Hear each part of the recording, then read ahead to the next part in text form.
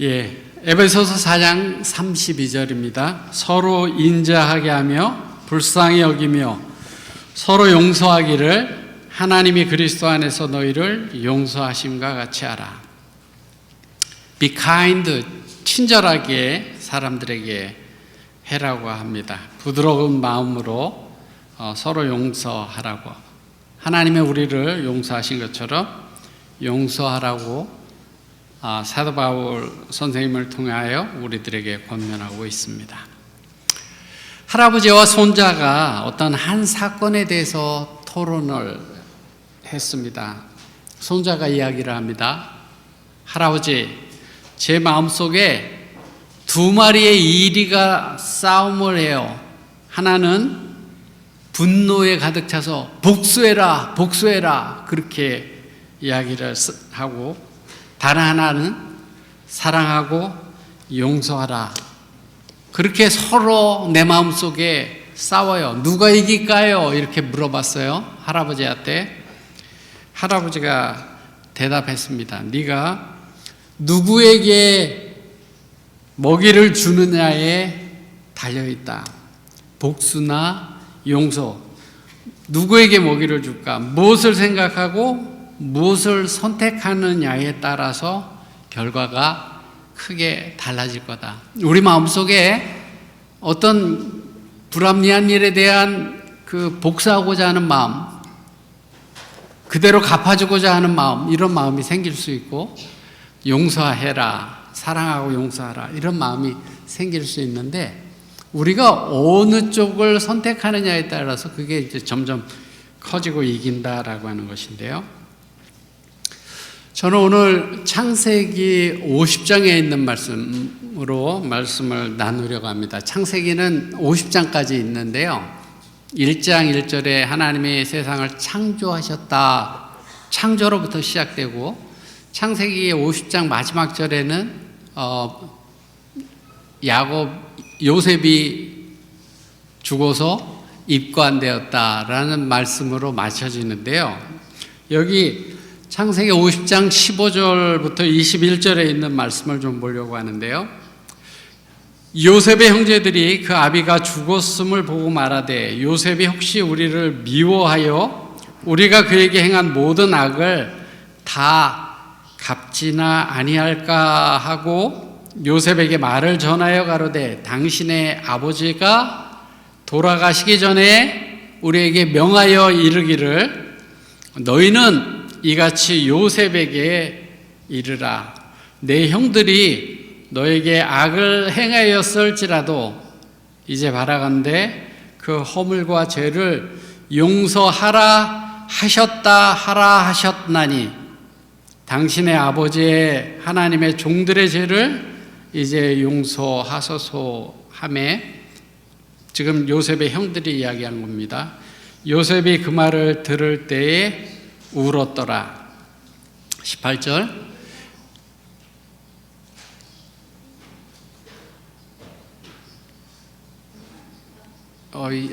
맘대로 다 안 됐나 봐요. 죄송합니다. 18절. 그 형들이 친히 와서 요셉의 앞에 엎드려 가로되 우리는 당신의 종이니이다. 요셉이 그들에게 이르되 두려워 마소서. 내가 하나님을 대신하리이까. 당신들은 나를 해하려 하였으나 하나님은 그것을 선으로 바꾸사 오늘과 같이 만민의 생명을 구원하게 하시려 하셨나니 당신들은 두려워 마소서. 내가 당신들과 당신의 자녀를 기르리이다 하고 그들을 간곡한 말로 위로하였더라.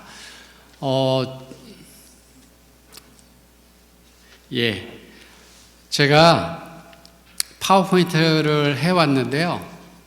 카피가 안 돼 있었어요. 그래서 아침에 급하게 이렇게 만들다 보니까 많이 빠졌는데요. 자, 치료봉사에 무슨 말씀이 있는가 하면 요셉과 다니엘의 역사를 연구하라. 그렇게 말씀하고 있습니다. 요셉과 다니엘의 역사를 왜 연구하라고 했을까요? 그 두 사람에 대해서 우리가 깊이 살펴보게 될 때 우리가 어떠한 사람이 되어야 될지 잘 알 수 있고 잘 배울 수 있기 때문에 하나님께서 그렇게 우리에게 권면했는데요. 우리는 요셉의 생애를 통해서 그가 경험한 많은 고난들과 그 고난들 속에서 역사하신 하나님을 보게 됩니다. 오늘 이 시간에 요셉의 생애에 있었던 한 경험을 통해서 용서와 화해에 대해서 살펴보려고 하는데요. 요셉의 아버지는 야곱이었죠. 야곱은 라헬이라고 하는 여인을 사랑했고요. 결혼이 그 한 여인과만 하지 않고 여러 여인들하고 결혼하게 됐죠. 그래서 그 가정은 항상 그 야곱의 사랑을 차지하려고 하는 여인들의 갈등과 경쟁이 있었습니다. 그 경쟁에서 항상 야곱이 라헬을 사랑하니까 라헬이 항상 이기고 레아는 남편의 사랑의 대상에서 멀어졌고 항상 슬프고 외로워하는 그런 모습들을 레아의 아들들 루벤, 시몬, 레위, 유다, 이사갈, 스불론 야곱의 12아들 중에 6명의 아들들은 그 엄마의 슬퍼하는 모습 그런 모습들을 보면서 자랐습니다. 그리고 그 아버지 야곱이 특별히 라헬이 낳은 요셉을 특별히 사랑했기 때문에 그 형제들의 마음속에 요셉을 시기하는 그런 마음들이 있었는데요. 요셉은 눈치가 그렇게 많지 않았던 사람 같아요. 형들에게 형들하고 아버지가 나한테 저라는 꿈을 내가 꿨어 그렇게 이야기를 합니다. 형들이 그 얘기 들을 때 아주 기분이 나쁘죠. 그리고 성경에 보면 아버지가 요셉에게 특별히 채색 옷을 입혔다 이렇게 말씀하는데요. 채색 옷을 입히는 것이 형제들에게 굉장히 거슬렸습니다. 그래서 그 요셉을 죽이려고 하다가 애굽의 종으로 팔아버리게 되는데요. 성경 창세기 37장 3절과 4절에 보면 요셉은 야곱이 노년에 얻은 아들이므로 여러 아들들보다 그를 깊이 사랑해서 위하여 채색 옷을 지었나니 그 형들이 아비가 형제들보다 그를 더 사랑함을 보고 그를 미워하며 그에게 언사가 불평하였더라 그렇게 말씀하고 있는데요. 이런 생각 들지 모르겠어요. 까짓것 채색 옷 하나 때문에 형제를 죽이려고 하나 이런 생각들을 가질 수 있는데요. 성경에서 채색옷이라는 말, 한국말 채색옷이지만 채색옷은 여러 컬러 옷을 말하는 거예요. 색동옷 이런 것처럼. 근데 그 채색옷이라고 이렇게 번역된 그 단어는 원래 의미는 조각들이라고 하는 뜻을 가지고 있고, 리바이스드 버전의 성경에는 소매 달린 긴 옷이라고 이렇게 나와 있어요. 그러니까 그게 색깔이 있는 옷이 아니라 조각된 옷이거나 아니면 소매가 긴 그런 옷이에요. 근데 왜 성경을 이렇게 쓰는 사람들이 왜 야곱이 요셉을 사랑해서 특별한 옷을 줬다고 하는데 조각된 옷이거나 소매를 긴 옷을 줬다고 했을까? 아마 예쁜 옷을 줬을 거야. 그러면서 컬러로 이렇게 한 거예요. 채색 옷으로 그렇게 아름다운 옷이야 이렇게 표현한 것입니다. 근데 여기 채색 옷이라고 번역된 이 말은 사실은 긴 소매 옷을 이야기해요. 긴 소매 옷을 그 요셉에게 긴 소매 옷을 입혔다라고 하는 거예요. 근데 광야의 유목민들 베두인이라는 사람들 있잖아요. 그 사람들을 보면 긴 소매 옷을 입는 사람이 두 사람이에요. 그 부족 중에 긴 소매 옷을 입는 사람 두 사람인데 한 사람은 족장이 그 긴 소매 옷을 입고 다른 한 사람은 족장의 후계자가 긴 소매 옷을 입는 거예요. 그러니까는 지금 여기 요셉에게 채색 옷을 입혔다, 특별히 소매 긴 옷을 입혔다라고 하는 의미는 요셉이 후계자다라고 하는 거예요. 12명의 아들 중에서 요셉이 후계자다. 야곱이 그렇게 형제들에게 표현하고 있는 것입니다. 형들이 마음의 상처를 받죠. 내가 쟤보다 몇 살이나 많고 형인데 후계자로 저 막내는 아니지만 11번째 저 아이를 후계자로 삼다니 하는 그런 마음이 있어서 형들이 요셉을 싫어하게 되고요. 죽이려고 하다가 애굽으로 가는 상인에게 노예로 팔아버리게 됐죠. 제가 다 이야기를 할 수는 없고 요셉을 팔은 다음에 그 형들의 생활을 생각해 보면 아버지가 요셉 이야기 가끔 했을 거예요. 자식을 하나 잃어버리면 그 부모는 그 자식 이야기를 해요. 뭐 이렇게 마음속에 묻어두지만 생각날 때 합니다. 제가 말씀드렸는지 모르겠지만 저는 5형제 중에 두 번째인데 형하고 저랑 나이 차이가 8살이나 나요. 근데 그 사이에 여자 누나가 있었다는 거예요. 근데 어렸을 때 너무나 똑똑했는데 어렸을 때 잃었대요. 어머니는 제가 크는 동안에도 가끔 이야기했어요. 아주 어렸을 때 잃은 아이였지만 이야기를 했어요. 생각날 때마다 고만한 아이들을 볼 때마다 이야기를 하셨습니다. 야곱이 요셉을 너무나 사랑했는데 요셉을 잃고 나서 생각이 나죠. 이야기를 할 때마다 그 형들, 요셉을 팔아버린, 죽음의 길에 던져버린 그 형들의 마음속에는 죄책감이 들었을 겁니다.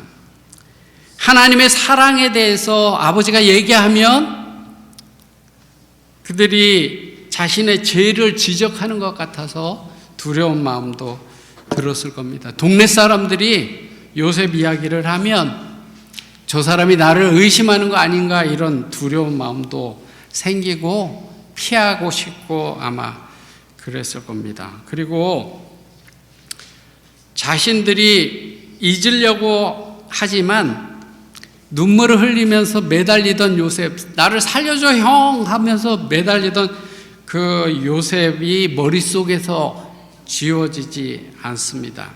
요셉이 없으면, 요셉만 없으면 모든 것들이 평안하고 화평이 올 거다 이렇게 생각했지만 요셉이 떠나가고 난 다음에 그 가정은 분열이 오고 개인적인 삶은 타락하고 여러 가지 나쁜 일들을 막 경험하게 됩니다. 그래서 루벤이 범죄하게 되죠. 큰 형이 범죄하게 되고요.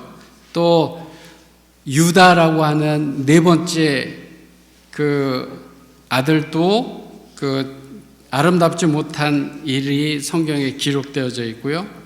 둘째, 셋째 아들 시몬 레위가 사람들을 막 죽이는 그런 이야기들이 성경에 기록되어져 있습니다. 이제 세월이 흘러서 기근이 들고 세월이 흘러서 그 요셉의 형들의 가족이 애굽으로 가서 요셉을 만나게 되죠. 애굽에서 요셉을 만났을 때 그 형들의 마음속에 형들이 그 요셉을 볼 때 옛날 일들이 생생하게 떠올랐을 겁니다. 요셉도 형들에게 팔려가고 종살이를 10년 하고 옥살이를 3년 하고 그 마음이 편하지는 않았을 것 같아요. 성경에 보면 형들을 3일 동안 감옥에 가뒀다라고 성경에 말씀하고 있는데 아마 미워하는 형들에 대한 미움도 있었겠지만 자기 마음을 좀 다스려야 되겠다 이런 것들이 있었을 것 같습니다. 여기 창세기 42장 14절에 보면 당신들은 정탐꾼입니다. 그러면서 3일 동안 가뒀다고 그렇게 말씀합니다. 그리고 베냐민을 이렇게 잡아놓고요. 자기를 죽이려고 했던 그 형들이 베냐민에 대해서는 어떻게 반응하는지를 보죠. 근데 보니까 형들이 베냐민을 구하려고 노력하고 유다는 자기가 종이 되겠다고, 베냐민 대신에 내가 종이 되겠다고 간청을 합니다. 성서학자들은요, 유다가 베냐민 구하겠다고 종이 되겠다고 간청한 그 일 때문에 예수님의 조상이 되는 그 특권을 얻게 됐다고 그렇게 사람들은 해석을 합니다. 형들의 마음이 예전과 같지 않은 것들을 보게 되죠. 그래서 이제 평안하게 이렇게 애굽에서 살아갑니다. 그 형제들이 살아가는데요. 형들은 평안하게 살지만 요셉을 볼 때마다, 생각할 때마다 바늘방석에 앉아 있는 것 같은 불편함이 있는 거예요. 불편함이 있는 것입니다. 가능하면 요셉하고 부닥치지 않으려고 하고, 요셉을 볼 때마다 옛날에 거의 40년 전에 요셉을 팔아서 죽을 고생하게 했던 그 죄악들이 기억이 됐고요. 요셉이 언젠가는 아버지가 안 계시면 복수할 거다 하는 그런 마음들을 형들이 마음속에 갖고 있었습니다. 그래서 마음이 불편했습니다. 이사야서 48장 22절에는 성경에 뭐라고 말씀하고 있는가 하면, 여호와께서 말씀하시되 악인에게는 평강이 없다 하셨느니라. 악인에게는 평강이 없습니다. 죄를 짓고 형들이 마음에 평안이 없어요. 그래서 형들이 이렇게 이야기를 합니다. 다시 창세기 50장으로 가면 바라건대 아버지가 이렇게 말씀하시기를, 바라건대 허물과 죄를 용서하라 하셨다 하라 하셨나니. 여기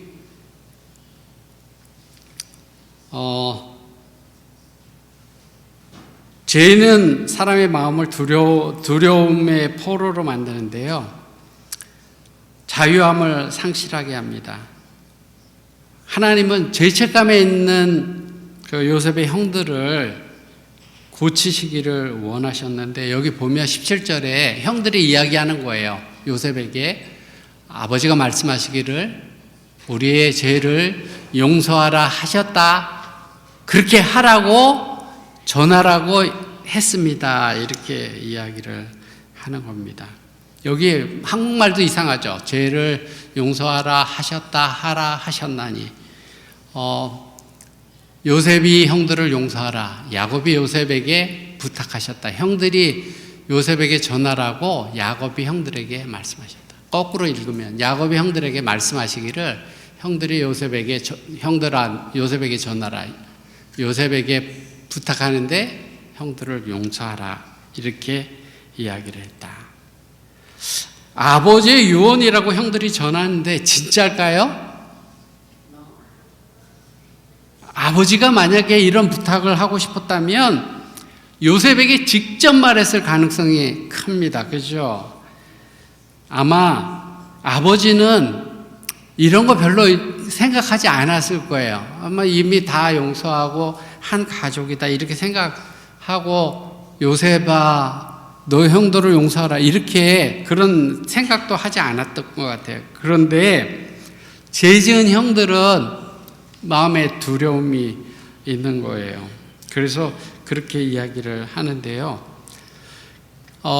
여기 17절에 보시면요. 17절에 보시면 당신의 아버지의 하나님의 종들의 죄를, 자기들을 소개하는데 뭐라 그래요? 여기 말이 점점 길어지는데, 당신의 아버지의 하나님의 종들. 그러니까 자기들이 누구예요? 하나님의 종들이니까 하면 안 돼, 이렇게 이야기를 하고 있는 것입니다. 그러면서 이야기를 하는데 18절에 보면 이렇게 이야기를 해요. 그 형들이 또 친히 와서 요셉의 앞에 엎드려 가로되 우리는 당신의 종입니다. 요셉이 그들에게 이르되 두려워 마십시오. 내가 하나님을 대신하리이까. 그리고 다시 두려워 말라고 이야기를 하면서 간곡한 말로 위로했다 이렇게 말씀하는데요. 17절에서는 요셉의 형들이 우리는 하나님의 종이다 이렇게 얘기했잖아요. 그러니까는 너 우리 마음대로 하면 안 돼. 우리 하나님의 종이야 이렇게 이야기를 했다가 18절에는 당신의 종입니다. 살려주세요 이렇게 이야기를 합니다. 요셉의 대답은요. 내가 하나님을 대신하리까 이렇게 대답했습니다.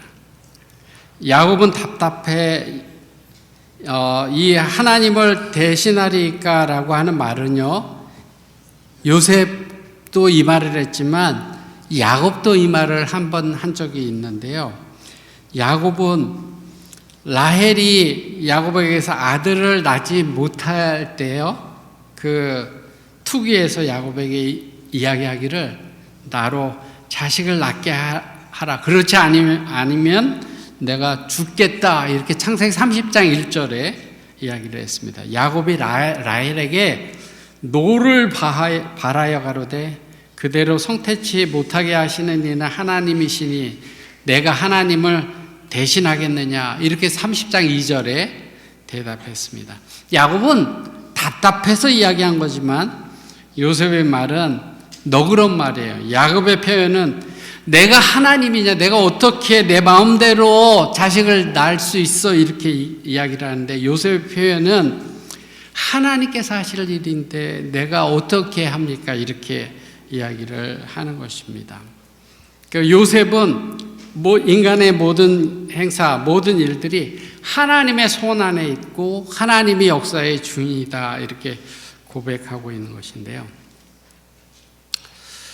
형제들 간에 우애를 바랐겠죠. 부모는 다 그렇죠. 근데 야곱이 세상을 떠났고 요셉의 형들은 지난날의 잘못을 벌하지 않을까 두려운 마음을 갖고 있었습니다. 아버지가 돌아가시면 용서하지 않을 것이다. 복수할 것이다. 이런 두려운 마음을 가지고 있었어요. 어쩌면 형들의 형들의 사람 됨됨이가 그런 사람이었는지 몰라요. 나 같으면 그렇게 할 거야. 이런 생각이니까 그렇게 했을지 몰라요. 나 같으면 용서 못해. 이런 생각을 가졌을지 모르겠습니다. 무릎을 꿇고 목숨을 애원하는 형들의 모습을 보면서 요셉은 눈물이 나서 말을 이을 수가 없었습니다. 요셉이 눈물을 흘리는데요. 미움을 씻어내는 눈물이고 어두움을 몰아내는 눈물인데요. 그러면서 요셉은 형들에게 대한 따뜻한 용서와 사랑을 고백합니다. 여기 보세요.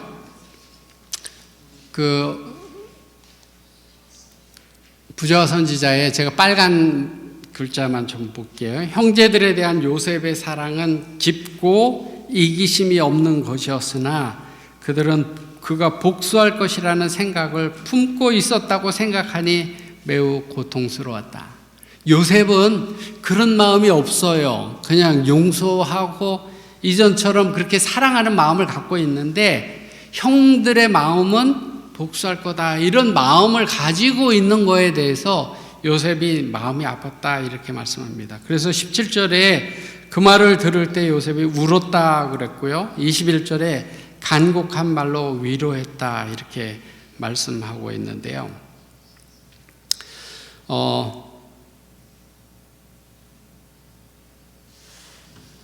이미 용서했음에도 불구하고 두려워하고 있는 그것 때문에 요셉은 슬퍼했다고 이렇게 성경 해석자들은 해석하고 있습니다.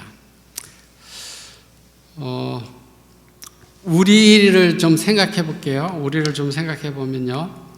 요셉의 형들이 요셉이 이미 용서를 해놨는데도 불구하고 내가 지은 죄 때문에 요셉이 나를 용서하지 않았을 거야 하는 마음을 가지고 두려운 마음으로 계속 살아가고 있잖아요.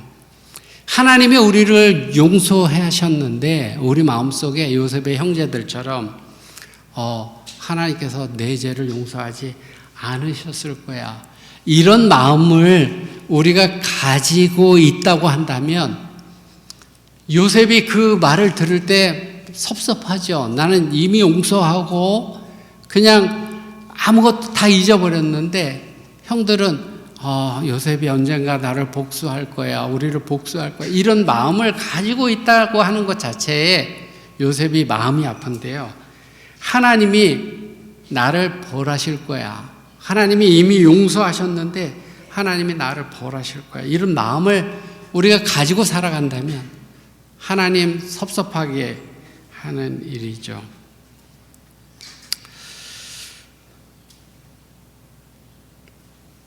어느 누구도 자신의 힘으로 사람을 용서하기가 쉽지는 않습니다.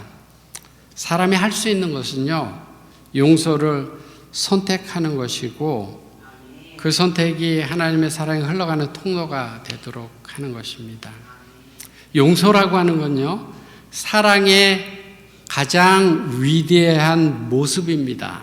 용서는 사랑의 모습이에요.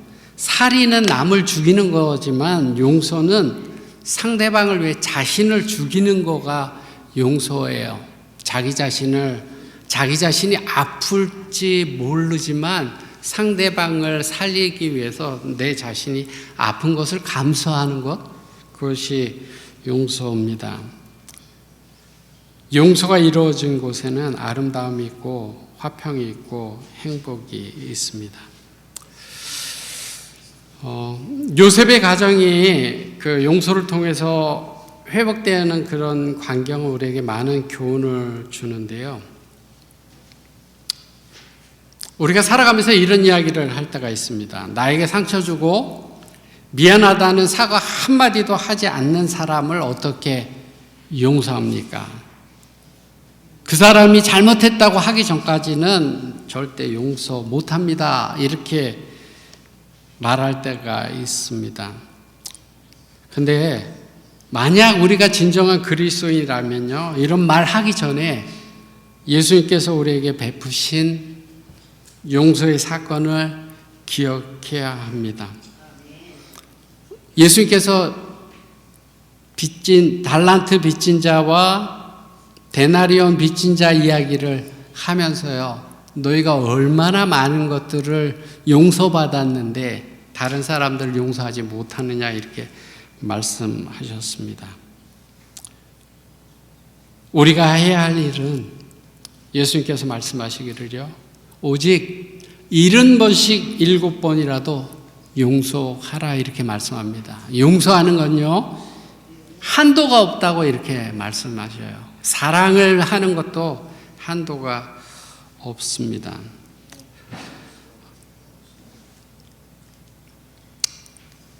용서하지 못할 것 같은 사람 앞에서 나는 죽었습니다 고백하는 게 용서입니다. 자, 요셉의 이야기가 왜 성경에 기록되어져 있을까요? 부자 선지자에 이렇게 말씀합니다. 요셉이 불공평과 압제하에서도 참고 온유하게 행한 일과 인륜을 어긴 그의 형들을 기꺼이 용서해주고 고상한 자비심을 베푼 일은 구주께서 악인들의 악행과 능욕을 불평 없이 참으시고 당신을 살해한 자들뿐 아니라 당신께 나와 그들의 죄를 고백하고 용서를 구하는 자들을 모두 용서해 주실 것을 예표한다. 요셉의 이야기, 형들이 와서 용서해 달라고 하는 그 이야기가 성경에 기록되어져 있는 이유는요,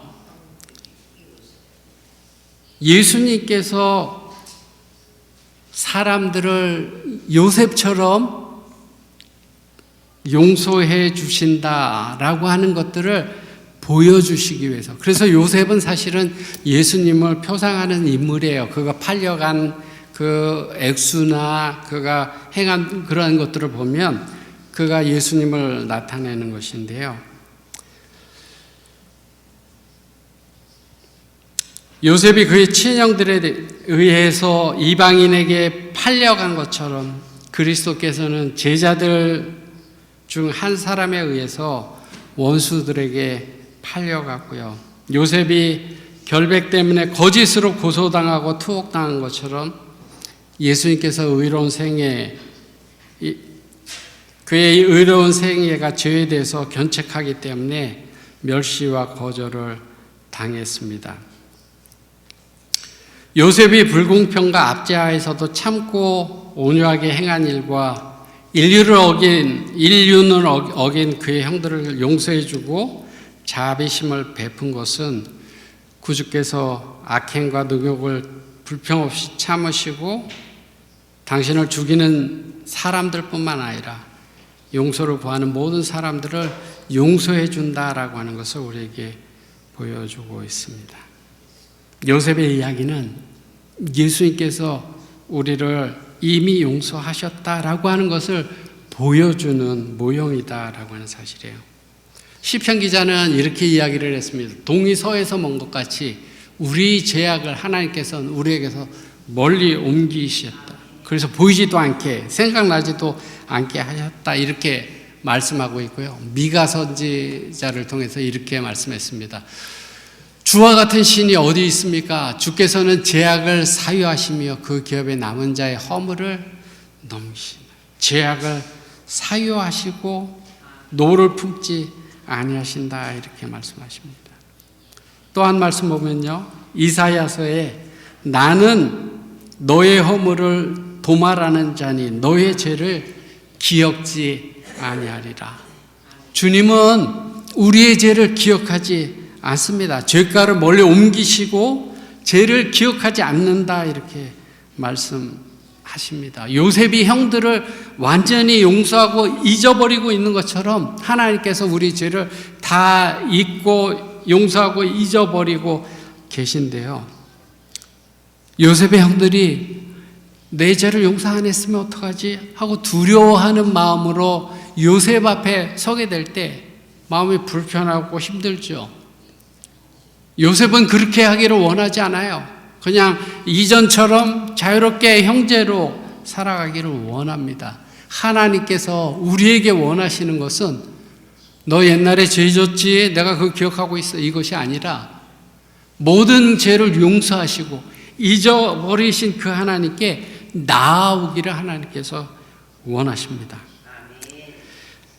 해밍웨이라고 하는 사람이요. 세계의 수도 The Capital of the World이라고 하는 짧은 글을 적었는데 스페인에 살고 있는 아버지와 청소년기 한 아들의 이야기인데요. 관계가 좋지 않았습니다. 아들이 집을 나갔습니다.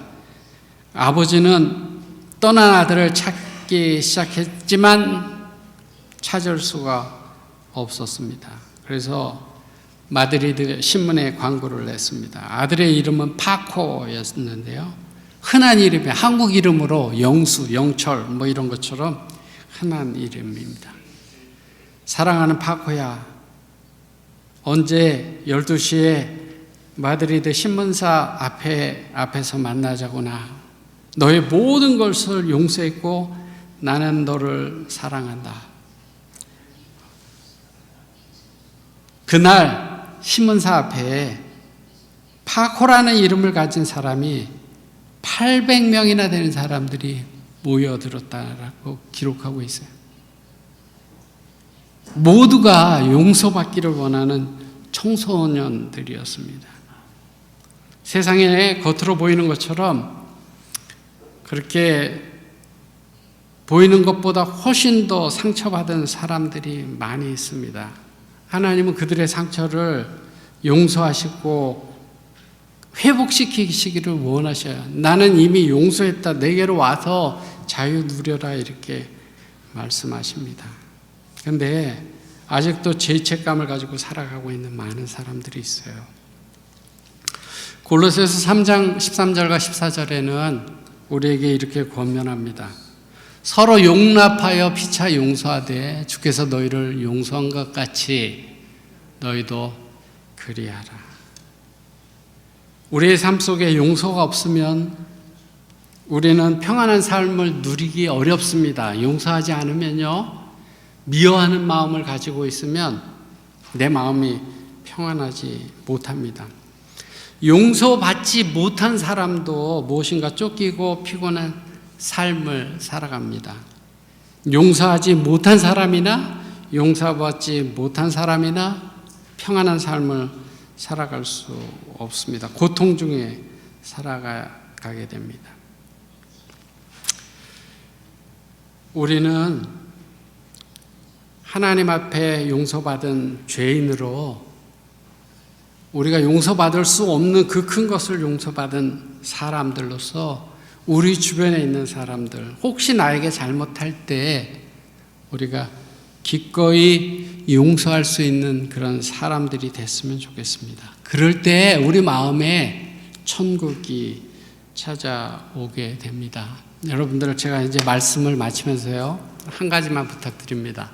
내가 용서할까 말까, 할 수 있을까 말까라고 하는 것을 선택할 수 있을 때 저와 여러분들은 늘 나는 용서하겠노라 라고 하는 것을 선택하며 살아가는 여러분들이 됐으면 좋겠습니다. 그래서 늘 마음에 평안함이 있고 기쁨이 있고 그렇게 살아가는 저와 여러분들이 되길 바라면서 말씀 드리겠습니다.